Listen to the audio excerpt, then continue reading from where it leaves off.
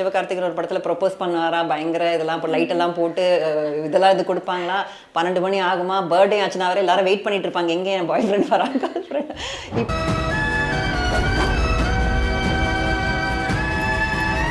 காதல் அப்படிங்கிறது வந்து ஏற்கனவே கமலஹாசன் பாடிட்டார். இது வந்து ஹார்மோனோடைய வேலை தான்.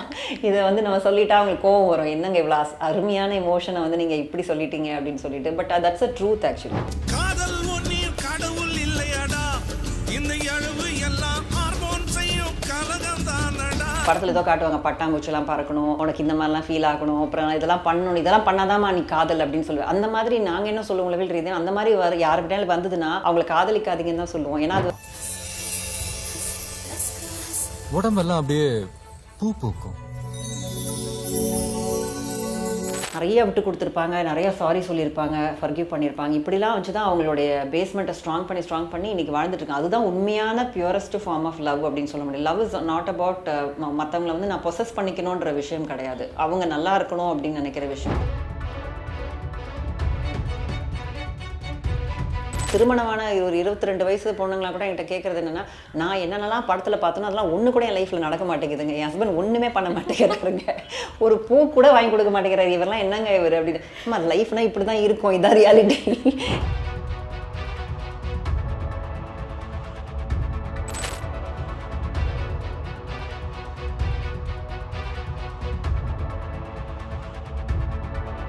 விசில் டிவி நேயர்களுக்கு வணக்கம் and welcome to the show mind voice. நான் உங்கள் தீபிகா நடராஜன்.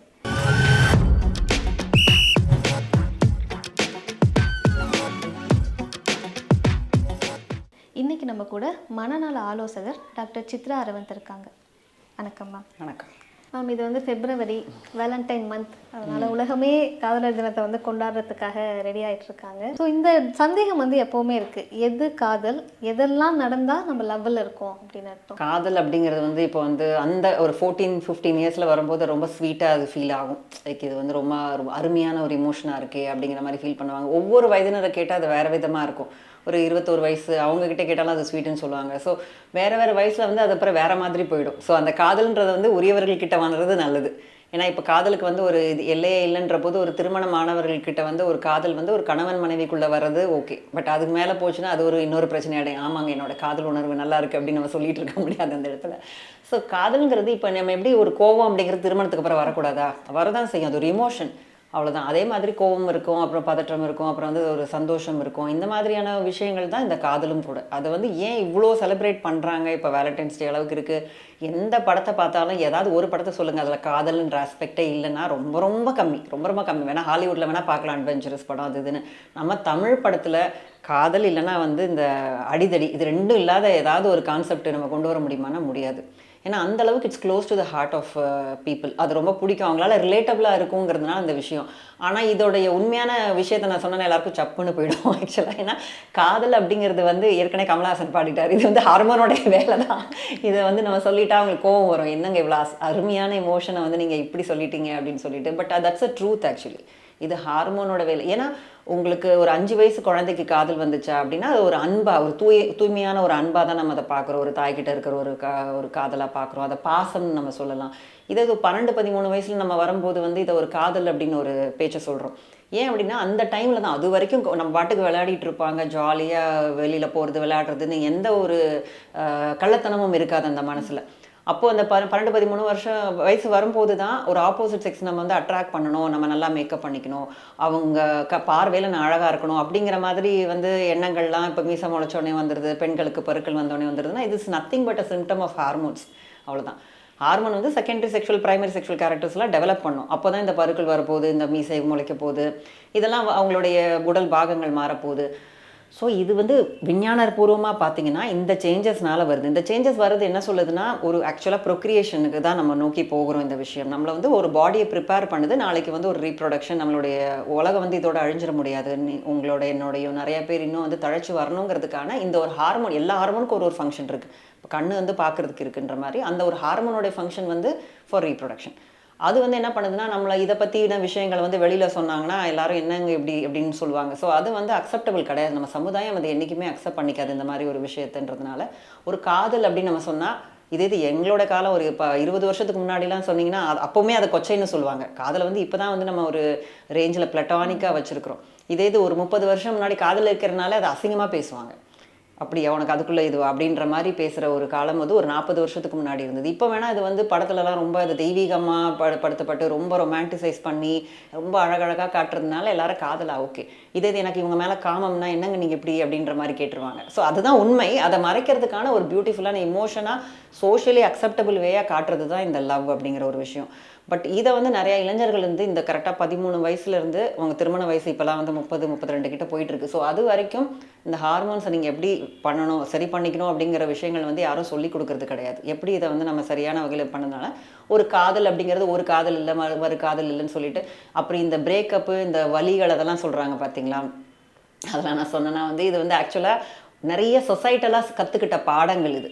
இப்படிலாம் லவ் நீங்கள் கேட்டீங்க எதெல்லாம் ஃபீல் பண்ணால் லவ்னு ஒரு படத்தில் ஏதோ காட்டுவாங்க, பட்டாம்பூச்சிலாம் பறக்கணும், உனக்கு இந்த மாதிரிலாம் ஃபீல் ஆகணும், அப்புறம் இதெல்லாம் பண்ணணும், இதெல்லாம் பண்ணாதாம்மா நீ காதல் அப்படின்னு சொல்லுவேன். அந்த மாதிரி நாங்கள் என்ன சொல்லுவோம் உளவியல் ரீதியாக அந்த மாதிரி யாருக்கிட்டாலும் வந்ததுன்னா அவங்கள காதலிக்காதீங்கன்னு தான் சொல்லுவோம். ஏன்னா அது வந்து அட்ராக்ஷன். அது வந்து attraction which is going to take you for reproduction. அந்த மாதிரி அட்ராக்ஷன் இட்ஸ் சயின்டிஃபிக். அதாவது ஒரு செக்ஷுவல் டென்ஷன் ஆர் அட்டென்ஷன் அது ஒரு அட்ராக்ஷன். அது ஆக்சுவலாக அப்படி வர ஒரு காதல் வந்து ஒரு சரியான மேட்டை வந்து அவங்க தேர்ந்தெடுக்க மாட்டாங்க. உங்களை லைஃப் லாங் வாழக்கூடிய ஒருத்தங்களை தேர்ந்தெடுக்க மாட்டாங்க. அந்த எவல்யூஷனரி பர்பஸில் இது ஒரு காரணம் இருக்குது. ஸோ அது வந்து ஒரு டைம்லியாக இருக்கும் உங்களுக்கு. அந்த நேரம் அப்படி உங்களுக்கு பயங்கர இதுவாக இருக்கும். அது அடுத்தடுத்த பேஸ்க்கு நம்மளை கொண்டுட்டு போகும். அவ்வளோதான். அது வந்து அந்த ஈர்ப்பு ஆனால் ரொம்ப ஸ்ட்ராங்காக இருக்கும். அவங்களால அது நோவே சொல்ல முடியாது. ஸோ அதைத்தான் நம்ம மக்கள் வந்து இதுதான் நம்மளுக்கு காதல் வந்துருச்சு அப்படின்ற மாதிரி புரிஞ்சுக்கிறாங்க. பார்க்காத காதல், கேட்காத காதல், காதல் கோட்டை காதல் இந்த மாதிரிலாம் சொல்லும்போது இது நிறைய நம்ம படத்தில் பார்த்துட்டு வந்திருக்காங்க பார்த்தீங்களா. இந்த பாலிவுட் மூவிஸில் பார்க்குற நார்த் இந்தியன்ஸாக இருக்கட்டும், நம்ம சவுத் இந்தியன்ஸ் கோலிவுட்லேயே இருக்கட்டும், அவங்க காதல்னா என்னன்னே தெரியாது. படத்தில் பார்த்து வரதான் காதல் அவங்களை பொறுத்த வரைக்கும். ஸோ இது வந்து பேர் நமக்கு வந்து அர்த்தம் வந்து சேர்க்கப்பட்டிருக்குன்னு நான் சொல்லுவேன். காதல் அப்படிங்கிறது ஒரு பியூரஸ்ட் வேர்ஷன்னா அது ஒரு இமோஷன், அவ்வளோதான், வேறு ஒன்றுமே கிடையாது. அதை தான் இப்போ எது கோவம் வர்ற மாதிரி அது ஒரு இமோஷன், தட்ஸ் இட். பட் இதை வந்து அவங்க என்ன சொல்கிறாங்கன்னா முதல்ல வரும், அதுக்கப்புறம் அதை நர்ச்சர் பண்ணி நீங்கள் எடுத்துகிட்டு போகணும். அதை வந்து நீங்கள் இப்போ ஒரு திருமணமான கப்புள்ஸ் வந்து 40 வருஷம் ஒரு காதல் வாழ்க்கையில் இருக்காங்கன்னா அவங்க வந்து எடுத்தோடனே பார்த்தோடனே காதல் பண்ணிவிட்டு அப்படியே போகலை. அதுக்காக எத்தனையோ சாக்ரிஃபைஸ் இருக்குது, அர்ப்பணிப்பு இருக்குது, நிறைய விட்டு கொடுத்துருப்பாங்க, நிறைய சாரி சொல்லியிருப்பாங்க, ஃபர்கிவ் பண்ணியிருப்பாங்க. இப்படிலாம் வச்சு தான் அவங்களுடைய பேஸ்மெண்ட்டை ஸ்ட்ராங் பண்ணி இன்றைக்கி வாழ்ந்துட்டுருக்காங்க. அதுதான் உண்மையான பியூரஸ்ட் ஃபார்ம் ஆஃப் லவ் அப்படின்னு சொல்ல முடியும். லவ் இஸ் நாட் அபவுட் மற்றவங்களை வந்து நான் பொசஸ் பண்ணிக்கணுன்ற விஷயம் கிடையாது, அவங்க நல்லா இருக்கணும் அப்படின்னு நினைக்கிற விஷயம். அதுக்கு தான் நான் எப்போவுமே சொல்லுவேன், லவ் வந்து இந்த வேலண்டைன்ஸ் டேல ப்ரப்போஸ் பண்ணுறவங்களுக்கும் இப்போ அந்த பசங்களாம் கிரிஞ்சாக இப்படிலாம் பண்ணுறதில்ல, எல்லா நேரமும் ப்ரப்போஸ் பண்ணிகிட்டு இருக்காங்க. ஸோ ஹூவர் இட் இஸ், நீங்கள் உங்களை காதலிக்கிறீங்களா அப்படிங்கிற பேச்சை வந்து எப்போவுமே நான் சொல்லுவேன். நான் யார்கிட்ட பேசினாலும், ஏன்னா நிறைய பேர் சொல்கிறாங்க என்கிட்ட காதல் இல்லைங்க, ஸோ நான் உங்ககிட்ட இருந்து காதல் வாங்கிக்கிறேன், அவங்க காதலிக்கிறது மூலமாக நான் காதலாக ஃபீல் பண்ணுறேன் அப்படின்னு சொல்லிட்டு. பட் காதல் உங்ககிட்ட இருந்தால் தான் அதை கொடுக்கவே முடியும் நான் சொல்லுவேன். நீங்கள் அவங்களே காதலிக்கல, நான் அதை எம்டி வெசலை ஃபில் பண்ணிக்கிறதுக்காக இன்னொருத்தவங்க வேணால் எனக்கு இன்னும் வேணும் தான் தோணும் இல்லையா. நீங்கள் என்ன கொடுக்க போகிறீங்க அந்த பொண்ணுக்கோ பையனுக்கோ? ஒன்றுமே அங்கே இருக்காது. அங்கே உங்ககிட்ட காதல் இல்லைன்னா நீ எப்படி இந்த கொடுப்ப? ஃபஸ்ட்டு நீங்கள் உங்களை நேசிச்சு அதுலேருந்து ததும்புற ஒரு விஷயத்த அவங்கக்கிட்ட நீங்கள் கொடுக்கும்போது அவங்க நல்லா ஒரு பூ வந்து அப்படியே பிரித்து எடுத்துகிட்டு போகிறது வந்து லைக், நம்ம 5 பேரை லைக் பண்ணலாம், ஒரு அட்ராக்டிவாக ஒரு 4 மென்றது சூப்பராக இருக்காங்களே நான் லைக் பண்ணலாம். ஆனால் லவ் பண்ணுறேன் அப்படிங்கிறது வந்து வேறு. லவ் பண்ணால் அவன் நல்லா இருக்கணும் அப்படின்னு நான் நினைக்கிறேன். அவங்கள நம்ம வாழ வச்சு பார்க்கணும் அப்படின்னு நினைக்கிறோம். அவங்க சந்தோஷப்படுறதை வந்து நம்ம பார்க்கணும். இன்றைக்கி லவ் அப்படிங்கிற பேர் எத்தனை பேர் கொலை பண்ணுறாங்க, அது பேர் லவ், அது பேர். அது வந்து கருணையே இருக்கிற ஒரு மனசில் எப்படி அந்த மாதிரி காதல் இருக்கிற மனசில் அப்படி ஒரு வன்மம் வரும் அப்படின்னா அது பேர் காதலே இல்லைன்னு சொல்லுவேன். இப்போ கூட இன்னொருத்தங்க கல்யாணத்துக்கு அப்புறம் வரக்கூடிய காதல் கூட கள்ள காதல்னே பேர் வைக்கக்கூடாது, அது பேர் காதலே கிடையாது. ஃபஸ்ட்டு காதலுங்கிறது ஒரு புனிதமான ஒரு விஷயம், அதை அசிங்கப்படுத்துகிறாங்க அப்படின்னு நம்ம சொல்ல முடியும். ஸோ காதல் இன்னைக்கு 13 வயசில் நிறைய பேருக்கு வந்தாச்சு. இப்போ நான் பார்க்கலலாம் போனால் ஜோடியாக தான் எல்லா இடத்துலையும் இருக்கிறாங்க பசங்க. ஸோ பாவம், ஆனால் அவங்களுக்கு என்னன்னே தெரியல. இவங்க வந்து இந்த மாதிரி இப்போ படம் பேர் சொல்லாமல் தெரியல 3 மூவி இந்த மாதிரி படத்தை பார்த்துட்டு ஒரு இன்ஃப்ளூயன்ஸ் ஆகிட்டு நம்மளும் பின்னாடி 4 பேர் வராங்கப்பா அப்படின்னு சொல்லிட்டு, ஸோ அதெல்லாம் நம்ம மிஸ் பண்ணிடக்கூடாது, அந்த காலத்தில் நம்ம காதலை மிஸ் பண்ணிடக்கூடாது அப்படின்ற மாதிரி அவங்க அதே மாதிரி இப்போ ஈவன் திருமணமான ஒரு 22 வயசு பொண்ணுங்களாம் கூட என்கிட்ட கேட்குறது என்னென்னா, நான் என்னென்னலாம் படத்தில் பார்த்தோன்னா அதெல்லாம் ஒன்று கூட என் லைஃப்பில் நடக்க மாட்டேங்குதுங்க, என் ஹஸ்பண்ட் ஒன்றுமே பண்ண மாட்டேங்கிறாருங்க, ஒரு பூ கூட வாங்கி கொடுக்க மாட்டேங்கிறாரு, இவரெல்லாம் என்னங்க இவர் அப்படின்னு. அம்மா லைஃப்னால் இப்படி தான் இருக்கும், இதான் ரியாலிட்டி. எல்லாரும் படத்தில் வந்து நமக்கு ரோசி பிக்சர் காமிச்சிடுறாங்க. அது வேற ஒரு சிவகார்த்திகேயன் ஒரு படத்தில் ப்ரொப்போஸ் பண்ணுவாரா, பயங்கர இதெல்லாம் இப்போ லைட்டெல்லாம் போட்டு இதெல்லாம் இது கொடுப்பாங்களா, 12 மணி ஆகுமா, பர்த்டே ஆச்சுன்னா வர எல்லாரும் வெயிட் பண்ணிட்டு இருப்பாங்க, எங்கே என் பாய் ஃப்ரெண்ட் வராங்க, கேர்ள் ஃப்ரெண்ட், இப்படிலாம் அவங்க எதிர்பார்ப்பு ஏற்றி விட்டு போயிடுறாங்க. இந்த ரொமான்டிசேஷன் அப்படின்னு சொல்லுவோம். ரொமான்டிசேஷன் அது சொல்கிற ஒரு வார்த்தை இருக்குது, ரொமான்டிசைஸ் பண்ணுறது அப்படின்னு சொல்லுவோம். அது ஏன் அப்படி பண்ணுறாங்க அப்படின்னா அவங்களுக்கு வந்து செக்ஸ் உணர்வுகள் அவ்வளோவா இருக்காது அவங்களுக்கு. அதை வந்து தப்புன்னு நினச்சி அவங்க சப்ரஸ் பண்ணும்போது இந்த ரொமான்டிசைஸ் ரொம்ப பண்ண ஆரம்பிச்சிருவாங்க. அது வந்து கவிதைகளில் சொல்கிறதாகவும் அப்படியே ஒரு உருகிறதாகவும் இப்படி அவங்க அதிகமாக எடுத்துகிட்டு போயிடுவாங்க. ஸோ இந்த மாதிரி ஒரு விஷயத்தில் இருக்கும்போது அது ப்ராப்ளம் வரும். அது ரியலாக பிளாக் அண்ட் ஒயிட்டாக என்னங்கிறத நம்ம பார்க்கணும். ஏன்னா நிறைய வந்து ஆண்கள் கிட்டே இதை பெண்கள் எதிர்பார்க்க ஆரம்பிச்சிருது. நீ அன்பா பேசணும், நீ என்ன ட்ரெஸ் போட்டிருக்காலும் என்ன ட்ரெஸ் போட்டிருந்தா அதே சொல்லு, அது ஒரு டெஸ்ட் வைப்பாங்க அந்த டைமில். என்ன போட்டிருந்தா அதுலேயும் டெஸ்ட்டில் ஃபெயில்னா அவ்வளோதான், நீ பக்கத்துலேயே வரக்கூடாதுன்னு சொல்லிடுவாங்க. ஸோ இந்த மாதிரி இது எல்லாமே பசங்க பார்த்துக்கிட்டே இருக்கணுமா, இதுதான் என் வேலையான்னு பார்ப்பாங்க. ஏன்னா எக்ஸ்பெக்டேஷன் அதிகப்படுத்தி வச்சுட்டாங்க நம்ம தமிழ் மூவிஸில். இந்த அளவுக்கு எக்ஸ்பெக்டேஷனை ஏற்றி வைக்கும் போது அதெல்லாம் தான் காதல் அப்படின்னு நினைக்கிறாங்க. அது ஃபர்ஸ்ட் ஆஃப் ஆல் காதலே கிடையாது. அது வந்து ஒரு என்ன சொல்கிறது, ஒரு ஜஸ்ட் அட்ராக்ஷன். அந்த வயசுக்குரிய யாரை நம்மளை ஒரு மைண்டில் வச்சுருப்போம், இப்படிப்பட்ட ஒரு ஆள் இருந்தால் அவங்களை நேராக பார்க்கும்போது நம்மளுக்கு ஒரு சட்டுன்னு ஒரு அட்ராக்ஷன் வரும். அதை தான் அவங்க வந்து காதல் அப்படின்னு நினச்சிக்கிறாங்க. அட்ராக்ஷன்றது வந்து ரொம்ப ஷார்ட் லிவ்டு தான். அதை நீங்கள் பர்சியூ பண்ணிங்கன்னா நிறைய பேர் என்கிட்ட சொல்கிறாங்க, நான் இவரையா பார்த்தேங்க, 4 வருஷம் லவ் பண்ணியிருப்பாங்க. ஆனால் அவங்க சொல்லுவாங்க, நான் இவரையா நான் கல்யாணம் பண்ணிட்டேன்னு எனக்கே தெரியல, ஆளை மாற்றிட்டாங்களா நைட்டு அப்படின்ற மாதிரி இருக்கும். ஏன்னா டோட்டலி வேறு பர்சனாலிட்டியாக இருக்கிறாங்க கல்யாணத்துக்கு அப்புறம். அப்படி இருக்கிறாங்க. அப்படி நீ லவ் பண்ணியிருக்கீங்க, இவ்வளோ தூரம் பழகிருக்கீங்கன்னா 5 வருஷம் நான் காதலில் தெரியல, அடுத்த நாளே அவர் வந்து சீட் பண்ணிட்டாரு, அது தெரிய வருது. எவ்வளோ இது கொடுமையான விஷயம். அப்போ என்ன பண்ணிட்டு இருந்தாங்க அவங்க 5 வருஷம், என்ன பேசிகிட்டு இருந்தாங்க, அவங்களுக்குள்ள என்ன ஃப்யூச்சரை பற்றி பேசினாங்க. ஸோ இன்றைக்கி இளைஞர்கள் வந்து பிரேக்கப்புன்ற ஒரு காரணத்தை வச்சுக்கிட்டு 3 வருஷம் 5 வருஷம்லாம் அவங்க வாழ்க்கையை விட்டுருக்காங்க. அப்புறமா பொண்ணு எங்கே போகிறாலோ அதை படிக்கிறேன்னு அந்த காலேஜில் போய் சேர வேண்டியது, ஏன் சேர்ந்தனே தெரியாது.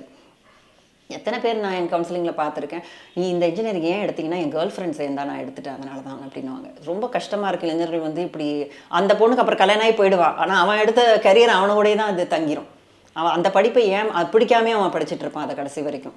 ஸோ கன்ஃபார்மேட்டிக்காக போகிறது, அந்த காதலுக்காக நான் இவ்வளோ தூரம் இறங்கிட்டேன்னு சொல்கிறது, இதெல்லாம் நான் சொல்லுவேன். இதெல்லாம் வந்து நீங்கள் கோல் ஒரு 1000 மைல் ஜேர்னி நீங்கள் போயிட்டுருக்கீங்க இளைஞர்கள்னால் நடுவில் வரக்கூடிய ஒரு தடைகளாக தான் நம்ம இதை பார்க்கணும். இதை வந்து நம்ம வாழ்க்கையில் வரக்கூடிய ஒரு அனுபவங்கள் தான். பட் அதை எடுத்துகிட்டு நம்ம ஈஸியாக போகாமல் அதிலே நம்ம லைச்சு உட்காந்துட்டோன்னா அது ஒரு பெரிய தடங்களாயிரும். அதனால எத்தனை பேர் இன்னைக்கு தேவதாஸ் மாதிரி, அதுவும் வந்து பசங்க வந்து இப்போது ஒருத்தங்க இறந்துட்டாங்கன்னா எந்த அளவுக்கு நம்ம கூட ஃபீலிங்கே வரலையே, ஃபீலிங் வரணுமோ, இதுக்கு மேலே வரணும். ஏன்னா மூவிஸ்லலாம் சொல்லுவாங்க இன்னும் நிறைய சமுதாயம் எக்ஸ்பெக்ட் பண்ணோம், அதுக்காகவே நம்ம உண்மையாக அழுறோமா இல்லை சமுதாயத்துக்கு நம்ம அழுறோமான்னு தெரியாது. அதே மாதிரி காதலில் கூட எனக்கு அவுட்டு போயிட்டு எனக்கு ஃபீலிங்கே வரல, நான் இப்போ என்ன பண்ணணும் ஃபீலிங், அப்போ ஃபீலிங் அதுக்காகவே நீ பண்ணணும், நீ போய் தண்ணி அடி, அப்போ ஃபீலிங் வருதா இல்லையானே அவங்களுக்கு ஒன்றும் தெரிய போகிறது இல்லை. ஆக்சுவலாக உண்மையாக பார்த்தீங்கன்னா ஒரு 6 மாத காலத்தில் மூவ் ஆன் ஆகிடலாம். 6 மாதம் எடுக்கும். ஏன்னா ரொம்ப ஒருத்தவங்க பிடிச்சவங்க உங்களுக்கு டோப்பமைன் செரட்டின் எல்லாமே சுரக்கும். அவங்க கூட இருக்கும்போது ஒரு நல்ல ஒரு பாசிட்டிவான ஒரு மெமரிஸ் இருக்கும். அதோட இருக்கிறனால உனக்கு நல்லா தான் இருக்கும் இல்லைன்னு சொல்ல. அது கிட்டத்தட்ட ஒரு கிரேவிங் ஃபார் ஆல்கோஹால் மாதிரி தான். பின்னாடி அந்த ஒரு நினைவுகள் இருக்கும். அங்கே போனீங்கன்னா அந்த ஞாபகங்கள் உங்களை துரத்திக்கிட்டே இருக்கும். அது ரொம்ப கிரிஞ்சாக சீஸியாக எடுத்துகிட்டு போகக்கூடாது. ஓகே, ஒரு காலத்தில் நம்ம சந்தோஷமாக இருந்தோம், இது வருது அவ்வளோதான். அதுக்கப்புறம் வந்து அடுத்தது மூவ் ஆன் ஆகிடணும். இதை வந்து நம்ம மீனிங் அட்டாச்ட் வித் மூவிஸோடையோ இல்லை இப்படி தான் இருக்கணும்னு நண்பர்கள் சொல்கிறனாலேயோ அவங்க வந்து அதுலேயே நின்றுடுறாங்க. அடுத்தது போகிறதுக்கு தெரியல அவங்களுக்கு.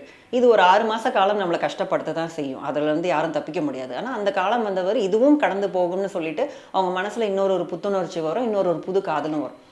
ஒரு காதல் தான்லாம் அந்த காலத்துலலாம் நாங்களாம் கூட உண்மையாக நம்பினேன் நான். அந்த மாதிரி காதல் படத்தில் தான் காட்டுவேன். விஜய் ஒரு படத்தில் எதாவது சொல்லுவார், ஒரு காதல் அந்த கோலத்தை திரும்பி இதை அழிக்க முடியாது. அப்போ அப்படி தான் போல இருக்குது. அந்த ஃபஸ்ட்டு லவ்னு வேற ரொம்ப ஏற்றி விட்டுருவாங்க. அந்த ஃபஸ்ட் லவ் தான் முக்கியம் அப்படின்னு. ஒன்றுமே உண்மை கிடையாதுங்க. சத்தியமாக சொல்கிறேன், எதுவுமே உண்மை கிடையாது. எந்த காலத்துலையும் எப்போவுமே அது வந்து வரதான் செய்யும் காதல். இன்னொருத்தக்க தப்பாக நினச்சிருவாங்க, நான் இவர்கிட்ட இருக்கும்போதே கூட இன்னொருத்தர் மேலே காதல் வருதும்பாங்க. வரதான் செய்யும். It's a emotion, it can come with any one. But நான் இவங்ககிட்ட கமிட்டடாக இருக்க போகிறேன், நான் அவங்ககிட்ட போக மாட்டேன்றது நம்ம தான் தெளிவாக இருக்கணும். ஸோ காதலுங்கிறது மல்டிபிள் டைம்ஸ் வரலாம், ஒரு இருக்க போது கூட வரலாம். ஸோ இதை வந்து ரொம்ப நம்ம செலிப்ரேட் பண்ணுறது அப்படிங்கிறது ஒரு பாசிட்டிவான விஷயம் தான் லவ் அப்படிங்கிறது. பட் அதோடைய ரிப்பர்கஷன்ஸ் இவ்வளோ தூரம் அதை நம்மளை வந்து டைவர்ட் பண்ணி உங்கள் கோலில் இருந்தோ இல்லை உங்கள் சந்தோஷம் அப்படிங்கிற கோல் கூட வேணாங்க, விட்டுருங்க. நீ சந்தோஷன்ற ஒரு விஷயத்துலேருந்து உன்னை இழுத்து கொண்டு போய் எங்கேயோ மூலையில் உட்கார வைக்கிது. சில பேர் போதை மருந்துக்கெலாம் அடிமையாகிற அளவுக்கு போயிடுறாங்க, அப்புறம் தற்கொலைக்கு போயிடுறாங்க. இந்த மாதிரி விஷயங்களை வந்து உன்னை அழிக்கிறது ஒரு காதலாக இருக்கக்கூடாது. ஒருத்தர் காதல் இருக்கும்போது அவன் நிம்மதி இழந்து எல்லாத்தையும் இழந்து அப்படியே உட்காந்துட்டு இருக்கான்னா அது பேர் காதலே கிடையாது. காதலுங்கிறது உங்களை உயர்த்தணும். அந்த உறவில் நீ இருக்கும்போது இன்னும் பெஸ்ட்டாக இருக்கணும், உன்னோட பெஸ்ட் செல்ஃப் வெளியில் வரணும், பர்சனாலிட்டி டெவலப் ஆகணும். அதெல்லாம் அப்ஸ் அண்ட் டவுன்ஸ் இருக்கும். அதுக்கு ஃபுல்லாகவே பாசிட்டிவாக அப்படியே பறந்துகிட்டே இருக்க மாட்டோம், டவுன்ஸ் இருக்கும். பட் ஓவரால் பார்த்தீங்கன்னா உன்னோட ஆளுமை இம்ப்ரூவ் ஆயிருக்கா, உங்களுடைய சந்தோஷம் அதிகமாக இருக்கா, உங்களோட வாழ்க்கையில் ஏதாவது சாதிக்க முடிஞ்சிருக்கா, இது தடங்கள்லாம் இல்லாமல் உன்னை தள்ளி பெரிய லெவலுக்கு கொண்டு போகுதா அப்படின்னா அந்த காதலை நீங்கள் சூஸ் பண்ணலாம். ஆனால் இந்த காதலுக்கு வந்ததுக்கப்புறம் தாங்க எனக்கு இந்த அழுகையே வருது, நைட் ஆனால் லோன்லி ஆகிடுது, அவங்க இல்லைன்னா எனக்கு பதட்டம் ஆகுது, அவங்க மெசேஜை பார்க்கலன்னா எனக்கு இப்படி இருக்குன்னா அது பேர் காதல் இல்லை, இன்செக்யூர் அட்டாச்மெண்ட்டில் இருக்காங்க. சில பேர் கையெல்லாம் அறுத்துப்பாங்க, அப்போ தான் அது காதல் அப்படின்னு. இதெல்லாம் வந்து எங்ககிட்ட வந்து சொல்லுவேன். இந்த மாதிரி கையை அறுத்து கல்யாணம் பண்ண போனலாம் புருஷனை வந்து விட்டுட்டு போயிட்டாங்க அடுத்த 2 மாதத்தில். ஏன் அப்படின்னா அவங்களுக்கு அது ஒரு பர்சனாலிட்டி டிஸார்டர். அந்த வெறியில் இருப்பாங்க, நம்மளுக்கு நீ என்ன ரிஜெக்ட் பண்ணக்கூடாது, நான் ஒன்று ரிஜெக்ட் பண்ணிடுறேன் அப்படின்ற மாதிரி அவங்க விட்டுட்டு போவாங்க. ஸோ அதை பார்த்து இவ்வளோ கிரிஞ்சாக நம்மளை காதலிக்கிறாங்கன்னு சொல்லிலாம் எஸ் சொல்லக்கூடாது. ஸோ காதல் அப்படிங்கிறது வந்து இன்றைக்கி நான் சொல்கிறத விட உண்மையான காரணத்தை விட நிறைய காரணங்கள் வந்து இன்றைக்கி கற்பிக்கப்பட்டிருக்கு நம்மளுடைய சமுதாயம், நம்ம ஊடகங்களுக்கு சொல்லி கொடுத்ததுனால.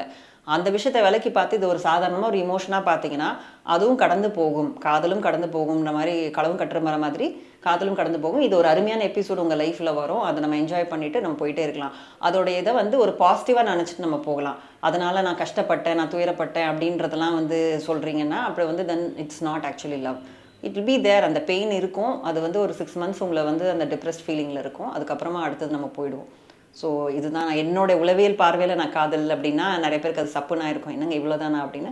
பட் அதை நம்ம நினச்சி அது கூட நிறைய ஆட். இப்போ காஃபின்றது ஒரு சாதாரண ஒரு பானம் தான். இதே இது நம்மளுக்கு ரொம்ப ஒரு பிடிச்ச நண்பர்களோட சாப்பிடும் போதோ இல்லை ஒரு பிடிச்ச பாட்டி கூட நம்ம குடிக்க அந்த சைல்ட்ஹுட் மெமரி அப்போது அது அவ்வளோ நமக்கு எப்படி இருக்குமோ அதே மாதிரி காதல்ன்ற விஷயத்தை வந்து இவ்வளவோ ஆட் பண்ணதுனால அது ரொம்ப எக்ஸைட்டிங்காக இருக்குது. அதனால் நிறைய நெகட்டிவ் எக்ஸ்பீரியன்ஸ் வந்தவங்களுக்கு காதல்னாலே எரிச்சல் வரும். ஸோ இட்ஸ் ஆல் அபவுட் காதலில் இருக்கிறவங்க திடீர்னு அந்த சாக்கடை பார்த்தா கூட அருவி மாதிரி தோணும்.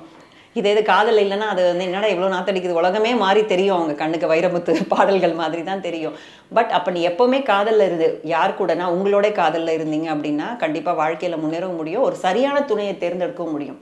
இன்றைக்கி இன்செக்யூர் இந்த ஒரு பொண்ணுங்க வந்து கமிட்மெண்ட் ப்ராப்ளத்தில் நிறைய வந்து ப்ராப்ளம் ஆகுது, கண்ட்ரோல் பண்ணுறாங்க. நீ எங்கே போயிட்டியா, வீட்டுக்கு போயிட்டியா, இதெல்லாம் காதல்னு முதல்ல நினைக்கிறாங்க பெண்கள். கரெக்டாக இதுக்கு போயிட்டியா, சாப்பிட்டியா, எல்லாம் நான் கவனிக்கிறேன். இதே 2 மாதம் கழிச்சு இதே கேட்டால் என்னை ஏன் துணக்கிற, என்னை கொஞ்சம் ஃப்ரீயாக விட மாட்டியா அப்படின்னுவாங்க. அதே தான் இவன் பண்ணிகிட்டு இருப்பான். But she needs at space suddenly.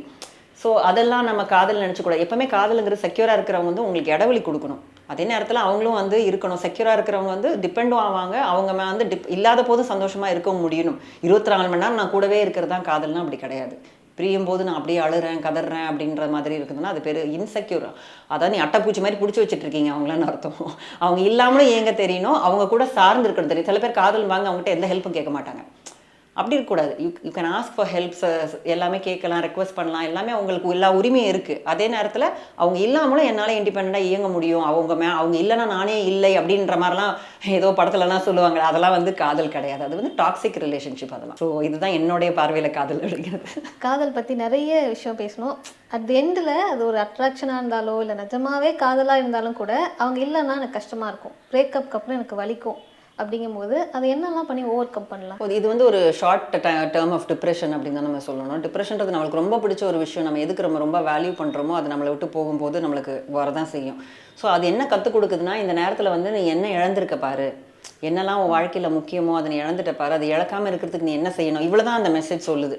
அந்த காதல் தோல்விங்கிறது என்ன சொல்லுதுன்னா, ஏன்னா அந்த நேரத்தில் அவங்க கூட இந்த நேரத்தில் நான் ஏற்கனவே சொன்ன மாதிரி இந்த டோப்பமீன் இந்த விஷயம் நியூரோ டிரான்ஸ்மிட்லாம் சுரந்துட்டு நல்லாயிருக்கும். இப்போ அதில் அவங்க இல்லைன்னொன்னே அதெல்லாம் சுரக்காமல் லோவாக ஃபீல் பண்ணுவீங்க. It's all about finally chemicals தான்.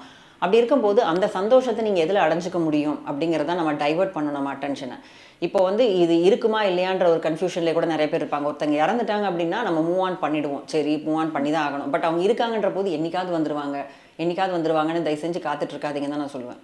ஏன்னா கிளியராக ஒரு தடவை பேசிக்கோங்க, is it going to work out or not, இருக்க முடியுமா, என்னோட நீ வாழ முடியுமா அப்படிங்கிறத ஒன் லாஸ்ட் டைம் ஒரு க்ளோஷர் கொடுக்குற மாதிரி கேட்டுக்கோங்க. அந்த நேரத்தில் அவங்க குழப்பிட்டே இருந்தாங்க அப்படின்னாலும் இட்ஸ் இன்வெஸ்ட் பண்ணுறது வேஸ்ட்டு. இன்னும் 1 வருஷம் நடக்கும்னு நினைக்கிறேன், இந்த மாதிரிலாம் பதில் சொன்னாங்கன்னா நம்பிடக்கூடாது. நம்ம உண்மையாக உங்களை மேலே நேசிக்கிறாங்கன்னா உங்களை வந்து தொங்கலில் விடவே கூடாது. கண்டிப்பாக என்னால் முடியுமா முடியாதா அப்படிங்கிற ஒரு தெளிவான ஒரு முடிவை அவங்க கொடுக்கணும். அந்த முடிவை கொடுக்க முடியலன்னா நீங்கள் ஏதாவது கற்பனையில் அசியூம் பண்ணிக்கிட்டே இருந்தீங்கன்னா தான் உங்களுடைய அந்த transition will take more time. இல்லை இவங்க வரவே மாட்டாங்க அப்படிங்கிற ஒரு நம்பிக்கை வந்துருச்சு அவ்வளோதான் அப்படின்ற போது இருக்கும்போது இதையும் வந்து நம்ம கொஞ்சம் கொஞ்சமாக அதை வந்து ஃபீலிங்கை வந்து நம்ம ஓவர் கம் பண்ண முடியாதானா. நீங்கள் நினைக்கிற மாதிரி டக்குன்னு ஒரு ஸ்விட்ச் பண்ணிவிட்டு அடுத்த பட்டனுக்கு நம்ம ஆன் பண்ண முடியாது. அந்த ஃபீலிங் பெயின்ஃபுல்லாக இருக்கும், இமோஷ்னலியாகவும் இருக்கும், ஃபிசிக்கலாக கூட பெயின்ஃபுல்லாக இருக்கும். அதை அப்படியே அக்னாலேஜ் பண்ணி லெட் கோ பண்ணிகிட்டே இருக்கணும். அதுக்குள்ளாரவே போகக்கூடாது. முக்கியமாக இந்த மாதிரி தருணங்களில் உங்களை ஆக்கியபை பண்ணிக்கோங்க. சும்மா இருக்கக்கூடாது. மெயினாக லோன்லினஸ் அவாய்ட் பண்ணணும். ஃப்ரெண்ட்ஸோட வெளியில் போகிறதா, பிடிச்சிருக்கோ இல்லையோ புஷ் யுவர் செல்ஃப். பிடிக்காது ஆக்சுவலாக, வெளியில் போகிறதுக்கே பிடிக்காது, வீட்டில் தான் உட்காந்துருக்கணும், தனிமையில் தான் இருக்கணும்லாம் உங்களுக்கு தோணும். பட் அதெல்லாம் பண்ணாமல் புஷ் யுவர் செல்ஃப். அந்த மாதிரி கூட இருக்கிறவங்க சப்போர்ட் பண்ணணும் இவங்க வெளியில் கொண்டு வரதுக்கும். ஒரு ஆர்வமாக பேசுகிற சில பேர் இந்த தனிமையை தாங்காமல் தான் என்ன பண்ணுவாங்க, டக்குன்னு இன்னொரு ரிலேஷன்ஷிப்பில் குதிச்சிருவாங்க. அங்கே தப்பாக போயிடும். அது ரீபவுண்டுன்னு சொல்லுவாங்க. அது மாதிரி அப்படியும் அவசரப்படாதீங்க. ஏன்னா இப்போ தான் ஒரு ஆக்சிடென்ட் நடந்திருக்கு அப்படின்னா you should give some time to heal. அந்த டைம் வந்து இதுவும் கடந்து போகும்னு மட்டும் அடிக்கடி அந்த பெயின் வரும்போதெல்லாம் அதில் இருக்க பாசிட்டிவ் விஷயத்த யோசிச்சுக்கலாம். நம்ம நல்லா இருந்தோம், இவங்களோட நல்ல ஒரு விஷயம் தான் இருந்தது. கெட்ட விஷயம் நடந்தால் அதை யோசிக்காதீங்க. நல்லா நமக்கு போச்சு, எல்லாமே நல்லா இருந்தது, ஓகே இந்த விஷயம் வந்து எதுக்காகவோ இது நடக்கலை அப்படின்ற போது அது கடவுள் நம்மளுக்கு ஒரு நல்ல விஷயத்துக்காக தான் சொல்லியிருக்காங்க. How to see it in a positive way. இப்போ கோவிடே நம்ம பாசிட்டிவாக தான் பார்க்க வேண்டிய நிலைமை இருந்ததுனால இந்த பிரிவுக்கு ஒரு காரணம் இருக்கலாம். இது ஒருவேளை நடந்திருந்தால் இந்த மாதிரி விஷயங்கள் இருந்திருக்கனால இப்படி இருந்திருக்கு அப்படிங்கிற மாதிரி அதுக்கு ஒரு காரணம் கொடுத்துட்டு இதோட better things are awaiting me இருக்கலாம், அவங்களுக்கும் அது பெட்டர் திங்ஸ் அவைட் பண்ணலாம். இப்படிங்கிற மாதிரி நம்மளுடைய எண்ணங்களை தான் நம்ம வந்து மாற்றி அமைக்கணும். இந்த எண்ணங்களுக்குள்ளே மூழ்காமல் பார்த்துக்கிறதுக்கு நீங்கள் தனிமையை விட்டு கொஞ்சம் அவாய்ட் பண்ணுறது நல்லது. இது வரவே கூடாதுங்க, எனக்கு இந்த நெகட்டிவ் ஃபீலிங்கே வரக்கூடாதுன்னு இந்த ஆல்கஹால் ட்ரக்ஸுக்கு போகாமல் இதை கடந்துக்காக போக முடியாது. இப்போ வந்து கண்டிப்பாக அந்த உணர்வுகள் வரதான் செய்யும். அதை வந்து எப்படி நாங்கள் சைக்காலஜி சொல்லுவோம்னா, பாருங்கள், அக்னாலேஜ் அண்ட் லெட் கோ. அதுக்குள்ளே போகாமல் பார்த்துட்டு மைண்ட்ஃபுல்லாக அந்த பெயின் வந்து ப்ராசஸ் பண்ணி தான் ஆகணும். அதை தாண்டிலாம் போக முடியாது. ஒரு புண்ணு வந்துருச்சுன்னா அதுக்கு நம்ம பேண்டேட் போட்டு தான் ஆகணும். ஸோ அதை ப்ராசஸ் பண்ணால் எஸ்கேப் பண்ணுவாங்க சில பேர். எனக்கு இந்த பெயினே வேண்டாம், நான் இங்கே போகிறேன் அங்கே போகிறேன். Face it confront that pain. அதை பார்த்துட்டு அதை சீக்கிரமாக எவ்வளோ தூரம் நீங்கள் ஃபேஸ் பண்ணுறீங்களோ அவ்வளோ சீக்கிரமாக அதை விட்டு கடந்து அடுத்ததுக்கு நம்ம போகலாம். இது எண்டு கிடையாது. இந்த சொசைட்டி டீச் பண்ணோம் நிறையா, பிரேக்கப்னா அப்படி இப்படிலாம், அதெல்லாம் வந்து பொய் அப்படிங்கிறதையும் இந்த பதிவு மூலமாக தெரிஞ்சுக்கிட்டு நம்மளால் அடுத்த ஒரு வாழ்க்கை நம்மளுக்கு இருக்குது, நம்மளால் போக முடியும். இது ஒரு page in my episode in my life that has come to an end அப்படின்ற மாதிரி எடுத்துக்கிட்டு போனாங்கன்னா இதை வந்து ரொம்ப கிரிஞ்சாக எடுக்காமல் நமக்கு எடுத்துகிட்டு இதையும் கடந்து போயிட்டே இருக்கலாம். மேம், எங்களோட கேள்விகளுக்கும் சந்தேகங்களுக்கும் ரொம்ப டீட்டெயில்டாக பதில் சொன்னீங்க. எல்லாருக்கும் ரொம்ப உபயோகமாக இருக்கும் அப்படின்னு நம்புகிறோம். உங்களோட நேரத்துக்கு ரொம்ப நன்றி மேம். ஸோ இப்போ பார்த்தீங்கன்னா இந்த மாதிரி வீடியோஸ் நிறையா வந்து நான் பேசியிருக்கிறேன் ஆல்ரெடி. ஸோ அந்த மாதிரி வீடியோஸோட லிங்க்கும் வந்து உங்களுக்கு வந்து கொடுக்குறோம் இதில். ஸோ கண்டிப்பாக வாட்ச் பண்ணுங்கள். தேங்க்யூ.